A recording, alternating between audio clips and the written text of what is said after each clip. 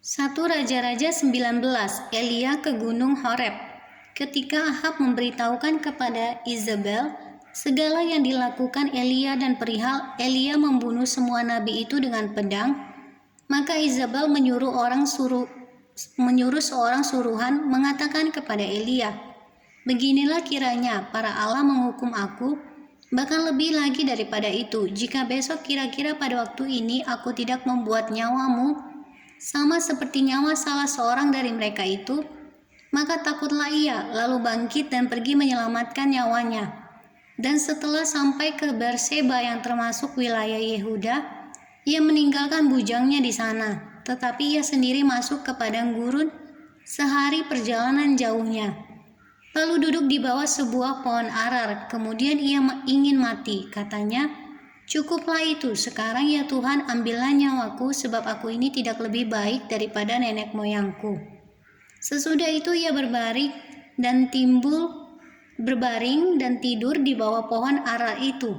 Tetapi tiba-tiba seorang malaikat menyentuh dia serta berkata kepadanya, 'Bangunlah, makanlah.' Ketika ia melihat sekitarnya, maka pada sebelah kepalanya ada roti bakar dan sebuah kendi berisi air. Lalu ia makan dan minum, kemudian berbaring pula. Tetapi malaikat Tuhan datang untuk kedua kalinya dan menyentuh dia serta berkata, 'Bangunlah, makanlah, sebab kalau tidak perjalananmu nanti terlalu jauh bagimu.' Maka bangunlah ia, lalu makan dan minum. Dan oleh kekuatan makanan itu ia berjalan 40 hari 40 malam lamanya sampai ke gunung Allah, yakni Gunung Horeb. Allah menyatakan diri di Gunung Horeb. Di sana masuklah ia ke dalam sebuah gua dan bermalam di situ. Maka firman Tuhan datang kepadanya, demikian, 'Apakah kerjamu di sini, hai Elia?' Jawabnya, 'Aku bekerja segiat-giatnya bagi Tuhan Allah semesta alam. Karena orang Israel meninggalkan perjanjianmu, meruntuhkan mezbah-mezbahmu, dan membunuh nabi-nabimu dengan pedang. Hanya aku seorang dirilah yang masih hidup, dan mereka ingin mencabut nyawaku.' Lalu firman-Nya, 'Keluarlah dan berdiri di atas gunung itu di hadapan Tuhan.' Maka Tuhan lalu angin besar dan kuat yang membelah gunung-gunung dan memecahkan bukit-bukit batu mendahului Tuhan. Tetapi tidak ada Tuhan dalam angin itu, dan sesudah angin itu datanglah gempa. Tetapi tidak ada Tuhan dalam gempa itu, dan sesudah gempa itu datanglah api. Tetapi tidak ada Tuhan dalam api itu, dan sesudah api itu datanglah bunyi angin sepoi-sepoi basah. Segera sesudah Elia mendengarnya, ia menyelubungi mukanya dengan jubahnya, lalu pergi keluar dan berdiri di pintu gua itu. Maka datanglah suara kepadanya yang berbunyi, 'Apakah kerjamu di sini, hai Elia?' Jawabnya, 'Aku bekerja segiat-giatnya bagi Tuhan Allah semesta alam, karena orang Israel meninggalkan perjanjianmu, meruntuhkan mezbah-mezbahmu dan membunuh nabi-nabimu dengan pedang. Hanya aku seorang dirilah yang masih hidup, dan mereka ingin mencabut nyawaku.'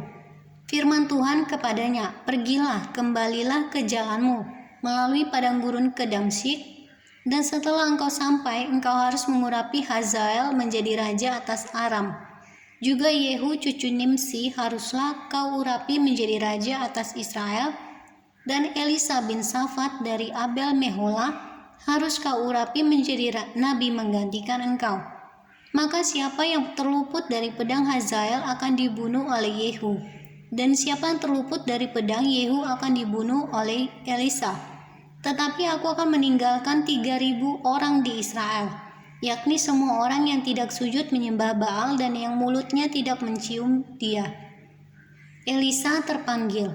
Setelah Elia pergi dari sana, ia bertemu dengan Elisa bin Safat yang sedang membajak dengan 12 pasang lembu, sedang ia sendiri mengemudikan yang ke-12. Ketika Elia lalu dari dekatnya, ia melemparkan jubahnya kepadanya.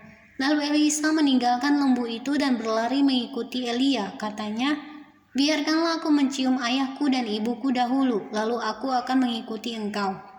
Jawabnya kepadanya, 'Baiklah, pulang dahulu dan ingatlah apa yang telah kuperbuat kepadamu.' Lalu berbaliklah ia daripada Elia. Ia mengambil pasangan lembu itu, menyembelihnya dan memasak dagingnya dengan bajak lembu itu sebagai kayu api. Ia memberikan daging itu kepada orang-orangnya, kemudian makanlah mereka. Sesudah itu bersiaplah ia, lalu mengikuti Elia dan menjadi pelayannya.